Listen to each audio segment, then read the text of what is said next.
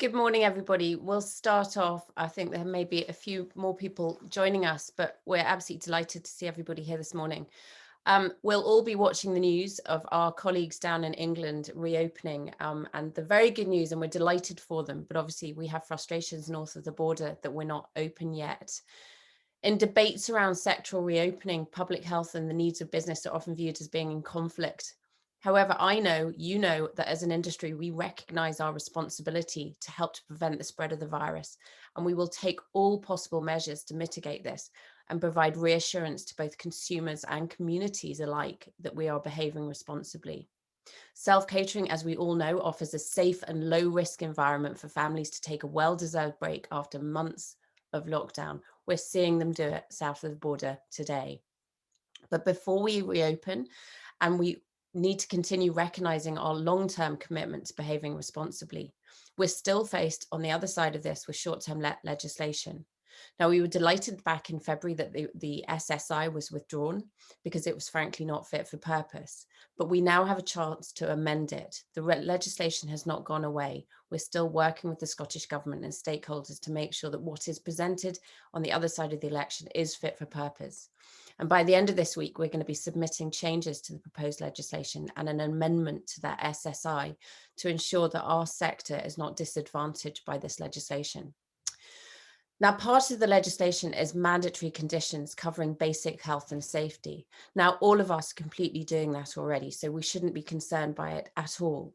But in addition, some local authorities may insist on other conditions, and these include things like noise monitoring. So I'm really delighted this morning to welcome Andrew Radcliffe, Director of Operations UK at NoiseAware. He's going to talk to us about how to be neighbourly. NoiseAware is the leader in privacy-safe noise monitoring designed for rentals. Andrew's got over 10 years experience in the travel industry. He worked at Camping Pods UK in the glamping industry, and then he joined Airbnb in 2014 in the supply team. In March, Andrew joined NoiseAware as Director of Operations UK to lead their international expansion. And I'm really interested to see how Andrew believes that noise monitoring can really help us all work responsibly going forwards. Andrew, welcome. Good morning, Fiona and everyone. Thanks for having me. I will click on share screen. Fingers crossed it all works well. Can you see my screen now, the purple background, Fiona? Yes. Excellent. Good. So thank you for the introduction. Thank you for everyone for joining this morning. It's a bit, I'm in Argentina at the moment, so it's not, the sun's not up yet, so that's why it's a bit dark. But yes, my background in the camping pod industry. So we produced camping pods early on for campsites, Airbnb for 7 years, so in the supply team, but also Airbnb for work, which would be pushing and encouraging corporate travelers to use Airbnb for their trips. And then I've started with NoiseAware. It's a really exciting company, just in our Series A round. And it's a really kind of young company, good vibe. I'm learning a lot about kind of their plans for the future. In terms of, we're here to discuss like how to be neighbourly. And actually I'm in an Airbnb home now. And you can see that it's important that, you know, there is a community around you, that people that live here in the different areas, and to be respectful of those people. Now, in terms of the history of NoiseAware, I guess a house party, an example here is probably, you know, what hosts do not like to see. And that was the reason the company was founded. So Dave Krause, one of our co-founders, was actually a very early superhost, one of the top globally, several properties in Dallas. And in 2015, a couple that visited ended up having a large party, which obviously caused damage and actually had effects in terms of the neighbours to where he was renting that property. As a result of that, he thought there must be a solution. He subsequently met Andrew, who was an engineer, and that led to the formation of NoiseAware. And today, whilst we're kind of new and launching in the UK, we work with 12 of the largest operators globally. We're by 10 times the largest noise monitoring company in North America. And what we see that this is a solution in terms of managing these potential incidents, from a single manager of the holiday home to, you know, those larger multi-property managers like Sonder, for example. And we, unfortunately, we do know that these parties and events can happen. We've just seen in the news this week, there was a big party held in Nottingham. And actually, on a more global scale, in the short-term rental industry, and the issues that are faced and they are discussed by local governments really do revolve around kind of noise, parking, and littering. So it's a demonstration that when speaking with local governments, those are those issues that if this industry is to continue and it's going to give those supply, it's important that the suppliers and local governments work together. And it also will benefit the guest ultimately long term as well, by the fact that if the supply is available, it's regulated, the neighbours understand the situation, it means that there will be that supply for the guests to keep going. But if we look at some figures in terms of what's happened over the last couple of years, is that 1 in 20 reservations can result in noise levels being loud enough to disturb neighbours. And then also about 1 in 200, 1 to 300 reservations result in noise levels that could indicate a house party. And actually during COVID, this especially in the US, those kind of incident rates only doubled after COVID. So it does show that there have been some guests kind of using some properties to kind of have some time to enjoy themselves, because they can't, because those normal kind of places are closed. So when we think about that noise aware, everybody famously says like live like a local, but noise aware, we like to think about it as act like one. So it's really kind of being a proactive approach to managing your property. And 90% of our users report better neighborhood relations or neighbor relations after installing noise aware. So it can be kind of really proactive approach. In terms of how it kind of is proactive in this way, is that our product is similar to like a thermostat. So, but instead of constantly measuring temperature, we measure noise levels and notify if they exceed your thresholds. So as you can see, it does not tell you that a baby is crying or music is playing. Your neighbor doesn't care what noise is. It's not good for the industry in terms of that noise. So the neighbor really could be upset by a certain noise, but in terms of the product, it will give you that information, as you can see on the dashboard here. Gives you the ability to see what's taking place, see if the threshold in your property has been exceeded, and then reach out to the guest accordingly, because it can be the case that the guest is unaware in terms of how much noise they could be making. We find that a simple text message sent to the guest does resolve a lot of these issues within 15 minutes. And also about this product in terms of how does it work on privacy. So this is not like Amazon Alexa that is measuring or transmitting or streaming actual audio from the property. It's really kind of measuring that constant wall of noise. You think about the stadium, there's a wall of noise coming out. It's measuring that wall of noise. Like a thermostat is constantly measuring temperature.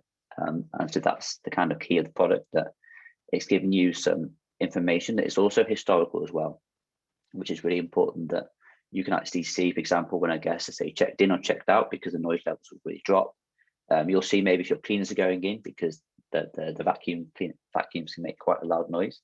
So it does give you that kind of data on your property that makes it easier for you to manage it as well. And actually as well, think about this in terms of, look at dispute resolution. It can be the case that maybe neighbours can claim there's noise, but actually maybe there wasn't. But the fact that you've got the data from Noise Aware that gives that historical data on that particular weekend or day, it gives you the data to show exactly what took place in that property. And it really kind of does pre-alert you to potential issues. So as soon as that kind of noise increases and the threshold is reached, you have that ability to reach out to the guests and understand what's taking place. And I guess as a homeowner, you have that confidence that if you are not close to that property, you have that ability to monitor it without having to have people on the ground in that certain situation.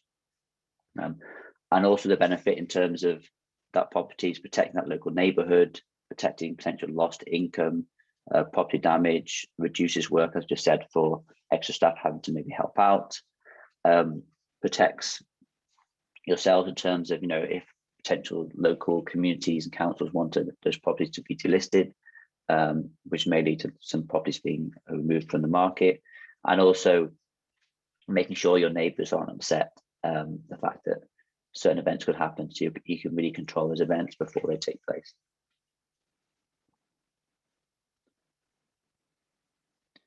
And just some stats here about kind of what we found in terms of the benefits of being proactive on this approach. So we've seen 28% have fewer damage claims when noise aware is installed. So it's improving the quality of stay. It has a cost reduction. Those incidents can be resolved in around 15 minutes with simple communication to the guests, and 95% of events remotely resolved within 30 minutes. So it's really kind of a nice proactive approach to have. It can differentiate yourself as a property manager, and also keep things quiet for everyone involved. And also I think it's key that noise is quite subjective to different people. Different people will act to noise in different ways. By tracking noise, we are working towards quieter neighbourhoods and smaller impacts on communities. So you are tracking it so you can improve the experience for your neighbours. In terms of kind of the basic product, in terms of it plugs in and causes has constant power for the plug, so there's no need to kind of recharge the unit. And also that dashboard for you as a host allows you to monitor what's taking place in the property or multiple properties. And I think in terms of overall stakeholders, I think it shows that it demonstrates to local government that the industry is regulating itself and pulling in less resources. Property managers have a better kind of pulse of their properties and less surprises. Neighbours know that they are off duty and don't have to keep an eye open on potential guests taking parties, and guests know where they stand. We do often see that it's good to advise guests that this is in place, and sometimes that can even prevent them booking, because they know that there could be, if they make a lot of noise and they're planning a party, it will be regulated in this way.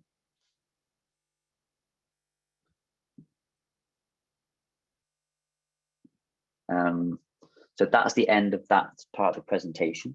I know, hey, just Fiona back on the screen. Any questions, Fiona, so far?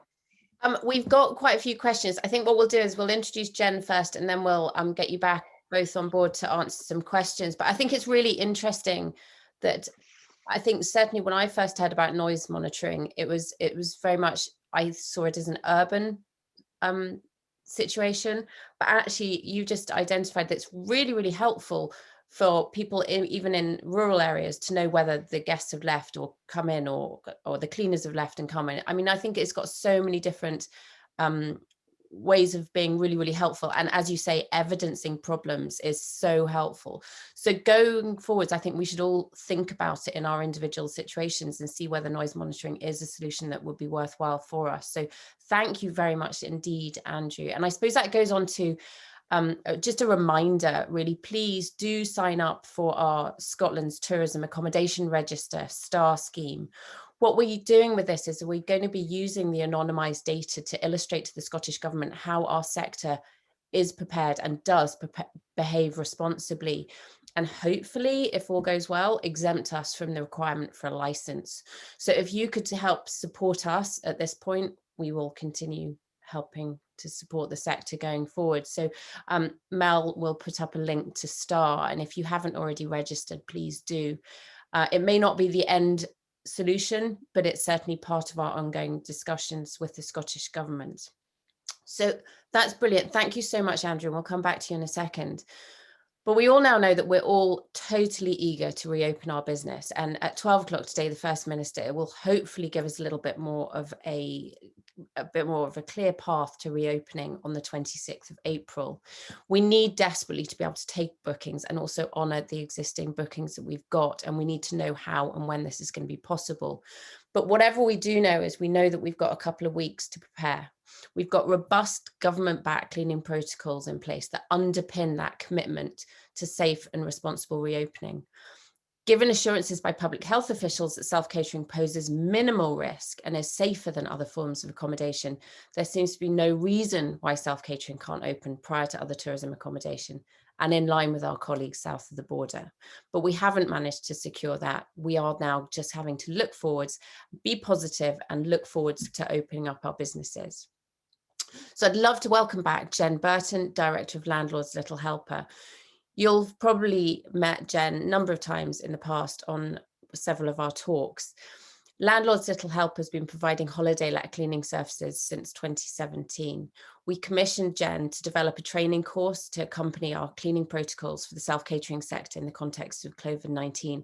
And she's helped to redevelop the 2021 version in the last few weeks and months. So thank you, Jen. You're amazing.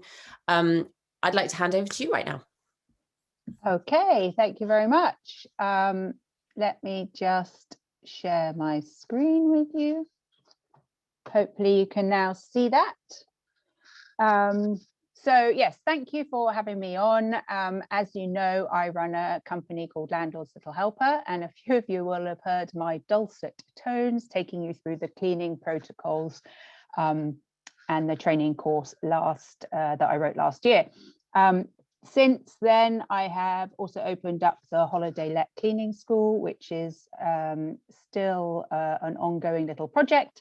But through that, we'll hopefully be delivering online training and in the future, some face-to-face training as well. So today I wanted to talk to you all about how to get the 5-star cleaning reviews, but also recapping on the COVID-19 protocols. So first of all, because I know you all want to know about it, but the COVID-19 cleaning protocols, as Fiona's just mentioned, those have been revamped a little bit and republished. So those are available on the ASSC website. Not an awful lot has changed, to be honest. There's been quite a lot of research about how the virus spreads and its time on surfaces. And I know everyone's really interested in that, but actually when you read the detail in it, it's not entirely conclusive. So I think that the best thing that we're saying, and in fact we've kept in the protocols, is that we pretty much need to keep doing what we were doing last year. And since we're not aware of anyone contracting the virus through staying in any self-catering property in the UK, we can conclude that we've done the right thing. And it's working. So let's keep doing that side of things. I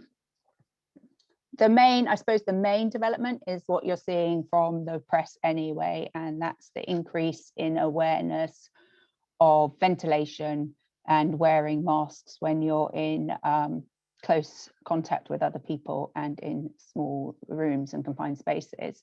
So that being said, we're also still seeing that people are closing for 3 days in between, not reduced supplying things like towels to their guests, are fogging before and after cleaners go in. These steps I don't think have ever really been suggested in the protocols, and I don't really feel are entirely necessary, but it is all your choice because you manage your property. So these courses and protocols, they're advice. We're not telling you what to do. We're just giving you some advice and some ideas and trying to share what we've learned on the research behind them. Okay, so just in summary, to recap on these cleaning protocols, most important thing, as I know you'll all know, is to carry out your risk assessment. So hopefully you've got that from last year. And you can dig it out and run through it and just update and decide yourself whether you're changing anything within that. Then you need to think about your method of eliminating the virus. So whether that's going to be using heat through a steam cleaner, or using chemicals through a virucidal spray, or maybe using time, i.e. spending, having a gap. Up to you what you do, and it's but you do need to think about that stage. Then with as we've said before, It's going to take you a little bit longer to clean and disinfect. So again, you need to think how you can streamline that process, but without cutting too much of the guest experience. So you might think that actually, in reflection from last year, you took too much out of the process for the guest, and that you want to bring some of that back in. That's fine. You can do that if that's your decision. But just think about the time as well and the impact. For instance, if you've got an apartment for 6 people and you have 24 glasses, maybe you could remove some so that it doesn't take as long to put them all through the dishwasher or wash up in between. Main thing, reducing the contact with people. Can you do your meet and greet on the lawn outside? Probably not in a howling gale, but is there a way that you can reduce your face-to-face internal contact? And then also just be really clear about your expectations to both your staff and your guests. So for your staff, really being clear what you want them to cover in the clean, making sure they know and understand that.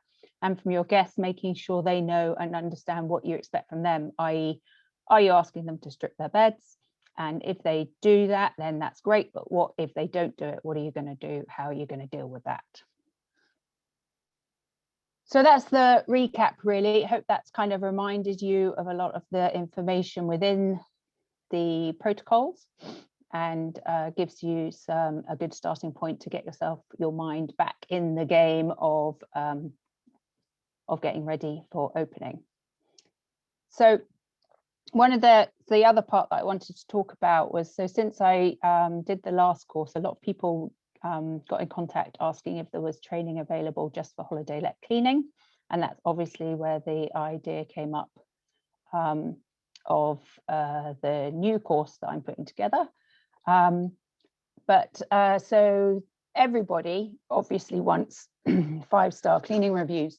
We're striving for them all the time, and I'm sure everybody is, because it's very clear that the higher your cleaning reviews are and your standards, the quicker you get bookings, especially when it's more competitive, which it will be certainly in city centres when we open up. I know that I hear that a lot of rural properties are just fully booked anyway, but certainly in the cities, it's a guest market right now, and it's very competitive. So we've got to try and do everything we can to make sure that the properties that we look after are getting booked up quickly. So that's about achieving 5-star cleaning reviews. So I suppose the first thing to note is that it's not always about the cleaning. Often it's marked as cleaning, but it can also be how well maintained the property is. Has it been redecorated? Or are the walls all looking a little bit tired and damaged? So often damage on paintwork and things like that can look like it's dirt, and then somebody has a little attempt to clean it themselves and realizes that it's not. Or are the pots and pans all aged and rusted or damaged on the bottom? Again, initial thought from a guest can be, oh, this doesn't look very clean, but actually it's that we need some new pots and pans. So just bear that bit in mind. Have you got, and this I think is a really key part of it, is understanding, is this a cleaner that you have, or is it a housekeeper, or are they a caretaker, or are they the manager, or are they having to wear all of those hats? And if they're wearing all of those hats, is it very clear what your expectations are and their expectations and their instructions? So just getting that clear and understood is a real key part of it.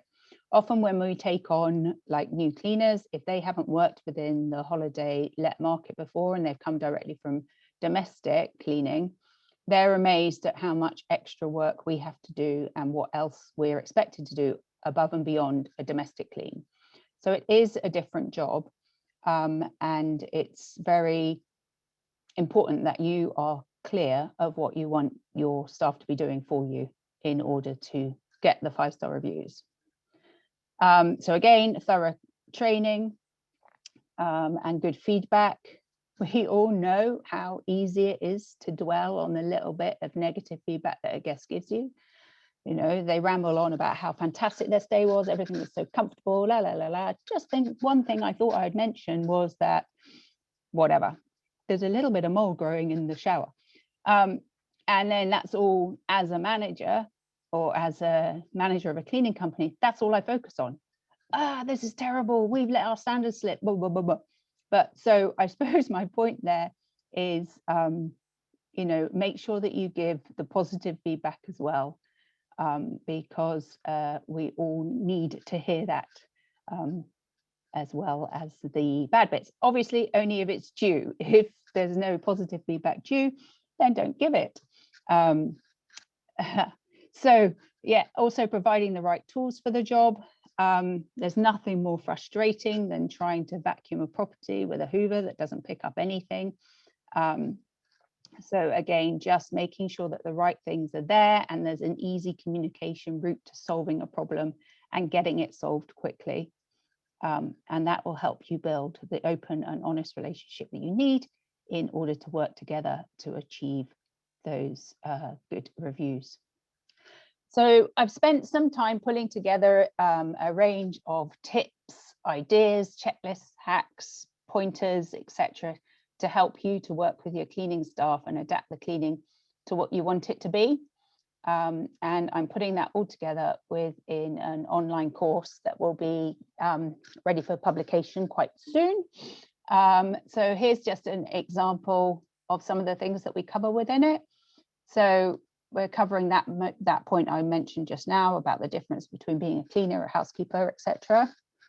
And then just a few little tips that we've learnt that can be really essential for delivering a good service. How to unblock a toilet, how to do a hospital corner, how to keep your laundry cupboard tidy with the fitted sheets. And so we range from everything from the simple maintenance, topping up a boiler, making a bed, cleaning the extractor fans, things like that. And it's all there in one place. The idea really being that you'll all be in a better position to discuss with your housekeeping staff exactly what you want them to do and how, and therefore you'll be in a better position to have a really great relationship with them. We all know how invaluable it is to have fantastic housekeeping staff and how they can really help your guests have a wonderful experience. And on the flip, we all know how frustrating it is when things don't go to plan and how we want them. So the idea here is that we'll be able to have less of the latter and more of the former. So yes, that's me.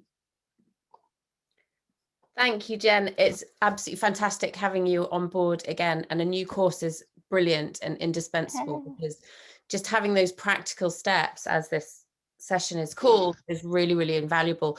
Somebody, Jessica in the chat said, is anybody suffering from feelings anxiety at the thought of reopening? Yes, I'm sure lots of people do. I'm sure absolutely lots of people do, but I think we just need to, as we said last year, stay calm. We have what we need at our fingertips. We just need to take one step at a time.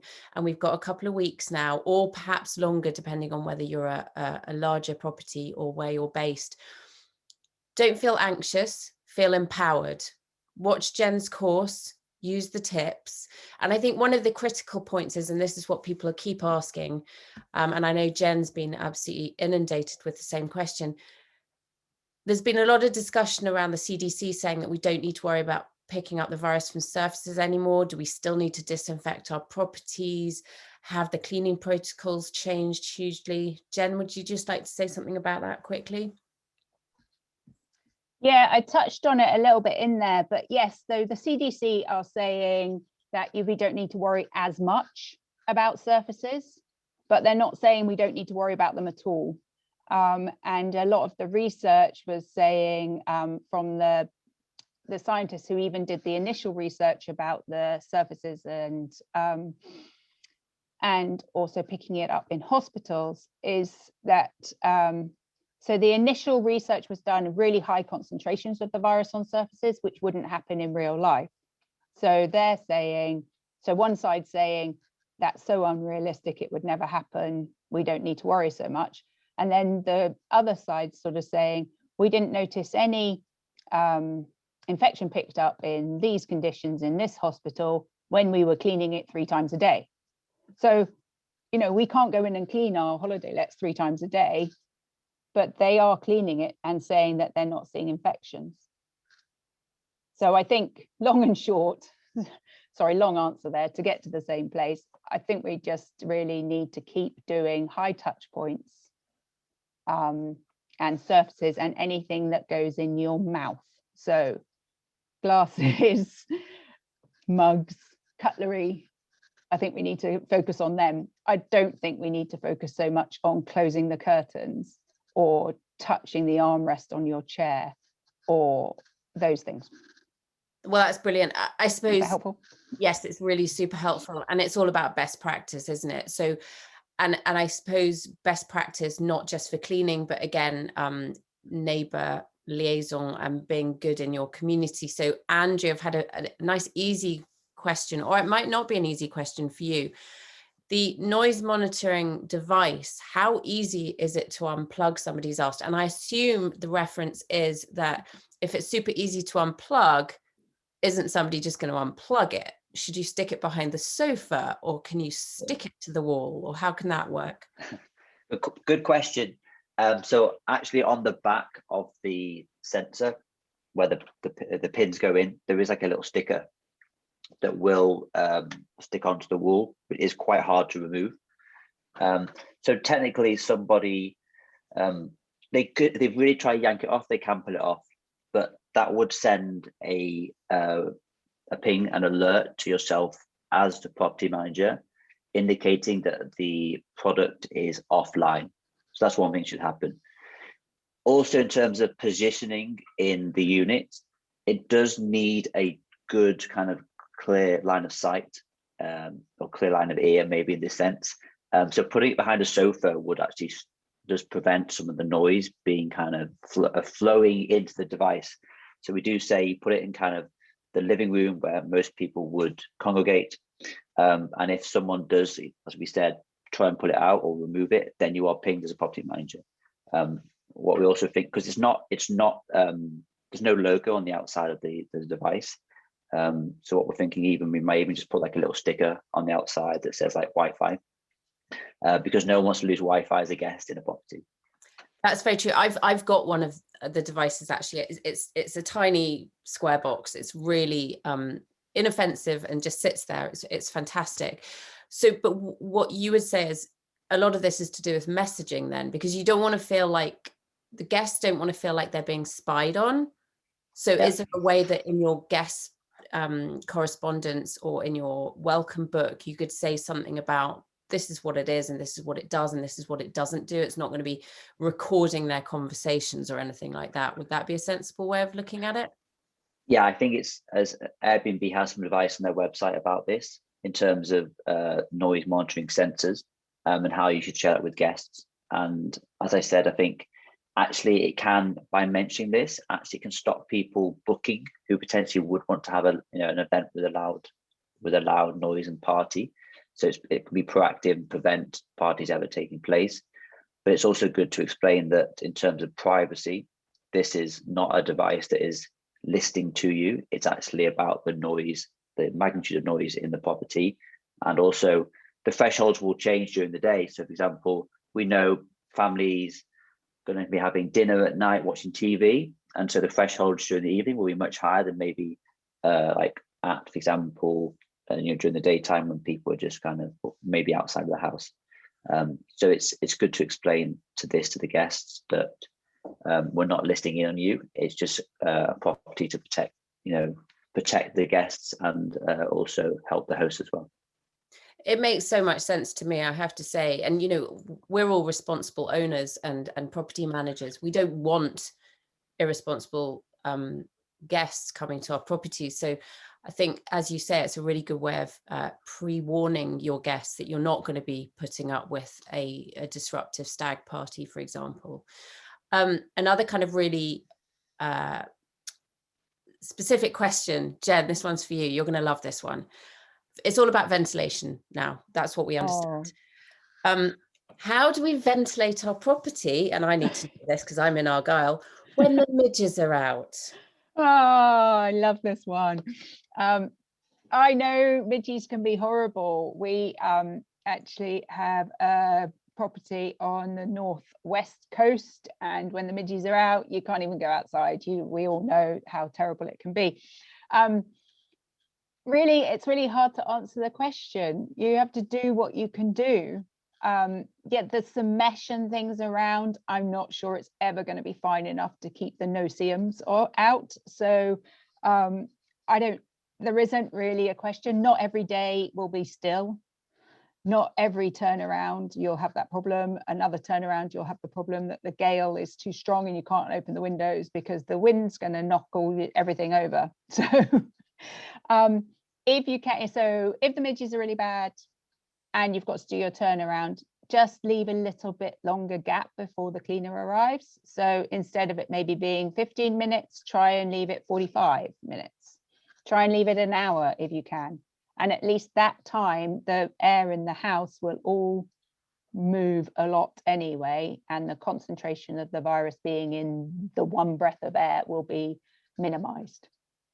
Okay, here's another specific one, but it we've been asked it a million times in the last few weeks. If guests leave at 10 and new ones come in at 4, is it okay for housekeepers to go in straight away as long as they ventilate the property / wear PPE? Yes, it is. It's absolutely fine. So we ask our guests when they're packing up if they can open the windows then, so that there's a bit of air circulation, so that you're not walking into a bedroom, like when you walk into a teenager's bedroom and you have to like go out and take a breath of air and back in again. So you don't want to be in that situation if you can prevent it. So if you can ask your guests when they're packing up to allow the air to flow around, then that in itself is going to help. Maybe having door stops in the property so they can prop doors open, rather than them all being on the, immediately closing and slamming shut. Things like that. And then when the cleaners go in, they just increase the circulation of air in the property as well as the fresh air coming in to it. Okay, great. Andrew, one for you.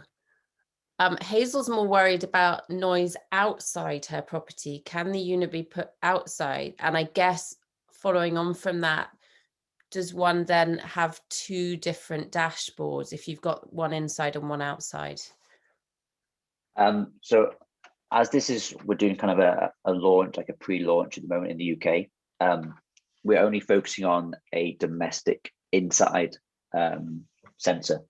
So whilst in the US, we do have an external sensor, and the external sensor is different in terms of it works on the battery, and it will speak to the internal sensor, which is plugged in.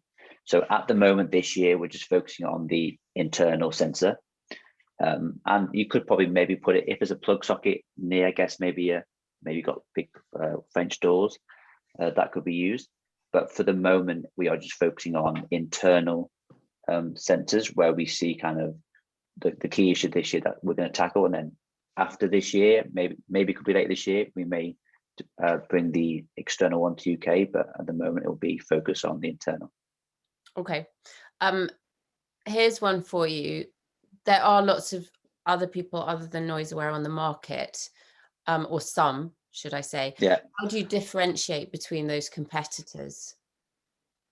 I think there's one big aspect, I think, is customer service, and actually responding to the guests. I think from my time at Airbnb, it's all about the experience of the guests and but also how people use your product.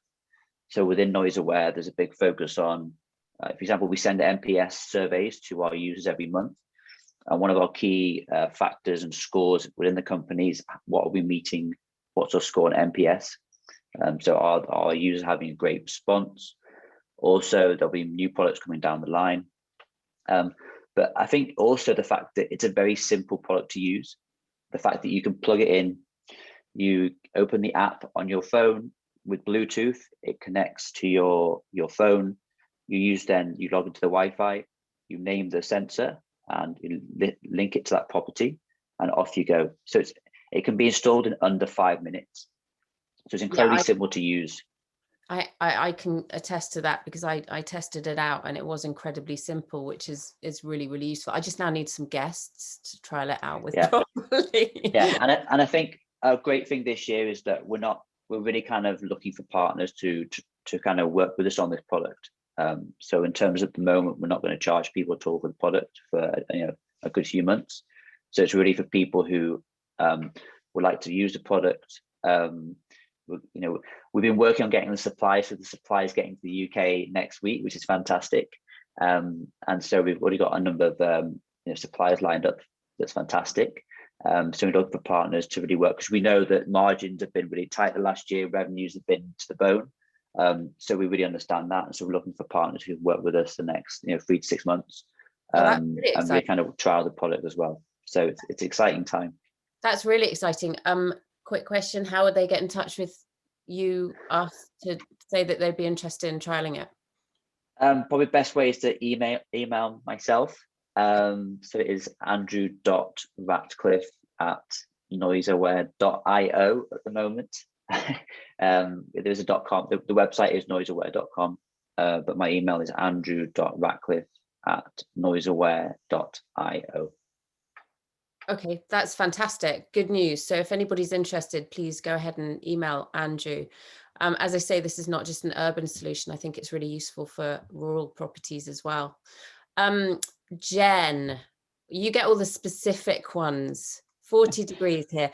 My linen can only be washed at a maximum of 40 degrees. How do I ensure it's disinfected?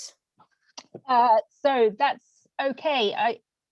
If you're going to leave it for the next turnaround, so you've got a week in between, doesn't matter, because you've got time on your side. If you are going to tumble dry it, the heat in the tumble dryer will do the job.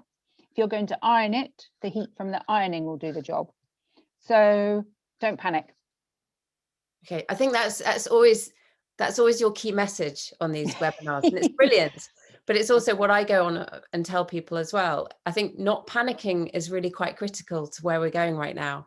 And there's a lot of chat in the chat today about people feeling really nervous, and it's a thing. It's a big thing. I know that Mel and I, as business owners ourselves, are also feeling that pressure of reopening. And we're also dealing with a different kind of customer now who's got huge expectations. Definitely. They've all been stuck at home for months and months and months, and they're desperate for the perfect experience. And God forbid, if there's a bit of dust in the corner, that means that they are going to expect that it's no longer COVID clean. So there's a huge importance now on cleanliness. And we've also got the pressure of short-term let licensing coming our way, and the pressure of our reputation as a sector. So there's all sorts of practical steps we're really going to have to look at to make sure that we nail this. But I know that we're going to. And Jen, quick question for you: the new course, will that be available free for ASSE members again? Yes, the new COVID one. Yes. Brilliant. Thank you. You're very good to us. Aren't I good to you? You are. You really are. You really are. And again, pillow mattress protectors, whatever you're comfortable with, rather than a definitive rule. Yeah, I think so. You could think about, because obviously it takes time to wash them and they don't tumble dry that well and all of those issues. So you can also quarantine them if you're okay with that. So you could have 2 sets, 1 set on the bed, 1 set in your store cupboard. Then the next time, swap them over, put the other ones in your store cupboard, and wash them once a month, maybe, if you're comfortable with that. That's an option that some people do. And some people have just decided that it's too much and they can't do it. So, I think there's a bit of a best practice anyway, in that if you're asking your guests to strip their beds and then they strip the bed and there's a yucky stain on the mattress protector. Not good. Not good. They won't be very happy. And you probably won't be either if you walked in and saw it. You'd be like, oh, gross. So, I think all of these things, it's guidance and it's ideas and it's supposed to be helpful. It's not supposed to cause mass anxiety and be instructions. Yeah, and I think one of the critical points is that whilst we still got a couple of weeks to, you know, prepare to reopen, walk through the front door of your properties with a notepad and look at what you're giving to your guests. Does anything need a quick lick of paint? Does anything need replacing? What do you think possibly needs an extra clean? Do you need to really get into the corners to get at those cobwebs that have built up over the months that you've been closed? All of those little things. Use the opportunity to take fresh eyes into your own property. One thing that one of the quality advisors at Visit Scotland said to me 19 years ago was, lie on the bed and look at the light fitting above you, because that's what your guests are going to do. And that's always stuck with me, because it's not necessarily what you do when you go in and clean every week.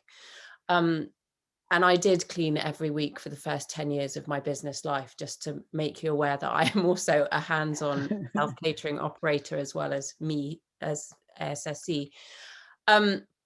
We've had lots of specific questions, and I think what would be useful is if we collate all of those and we issue some responses. So Jen, Andrew, if you're okay with that, we can circulate those and publish those afterwards, if that's okay.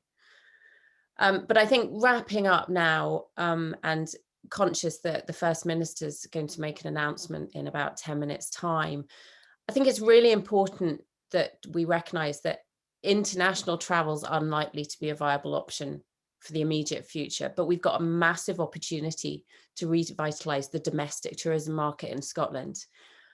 We need to be able to welcome guests from across the border, and we're hoping that we're going to get some clarity on that as soon as possible, because it's hugely frustrating for us to see, especially if you live in the borders, to see our colleagues down south opening whilst we are lagging behind. But it's extra opportunity to clean and prepare, so it's not a bad thing. Meanwhile, let's not forget our island tourism businesses, including many SSE members and self-catering operators, are hugely concerned at the prospect of losing business because of the difference in travel restrictions. So I really want you to know that we're working very closely with the Scottish Government and other stakeholders to make sure that that is taken forward in lockstep with the rest of Scotland. And we need clarity on that as soon as possible. So please rest assured that we're working really hard on that behind the scenes. All that being said, and we all want to open, we've got to trust our public health experts and the Scottish Government, and whatever happens, we need to prevent another spike and a third lockdown. That's what we need to do above all else. And when we are able to welcome guests from across the border, from Scotland, we need to encourage our visitors to treat the areas and communities in which they stay with respect and courtesy, and your messaging to your guests is really, really important as part of that. We want to encourage all of our visitors to plan ahead, check arrangement with businesses that they're going to visit, book in advance where possible. But all of those things are going forwards. But in the meantime, listen to what Jen and Andrew have said. I think what they've given us today is really, really valuable. Thank you so much, both of you, for joining us today and giving us some really valuable top tips. And if you've got any questions at all, either put them in the chat now, contact us later. We will collate all of those questions and put them to Jen and Andrew, and as I say, publish in due course. We've got another few ASSE talks coming up. We've got 2 next week. It's a nice slide coming up here. We've got Are We Nearly There Yet on Tuesday next week. There we are, with Verbo and also Visit Moray Speyside, which will be a really good look at opportunities and trends going forward. So that's really worthwhile. And also next Tuesday afternoon, we've got a session on debt management and a path to peace of mind. And that's all about really looking at what's been going on financially and looking at what may go on financially in the next few months, and kind of working out how we can navigate through this crisis and maintain our businesses and the business integrity. And then on the 25th of May, we've got a bit of a pause while hopefully people will be reopening. And then on the 25th of May, we've got how to attract more direct bookings. But in the meantime, good luck to everybody with their preparations to reopen. We are here to support you in any way that we can. This video will be published as well. And we'll carry on doing what we do, and good luck to everyone. Thanks so much and have a very good afternoon.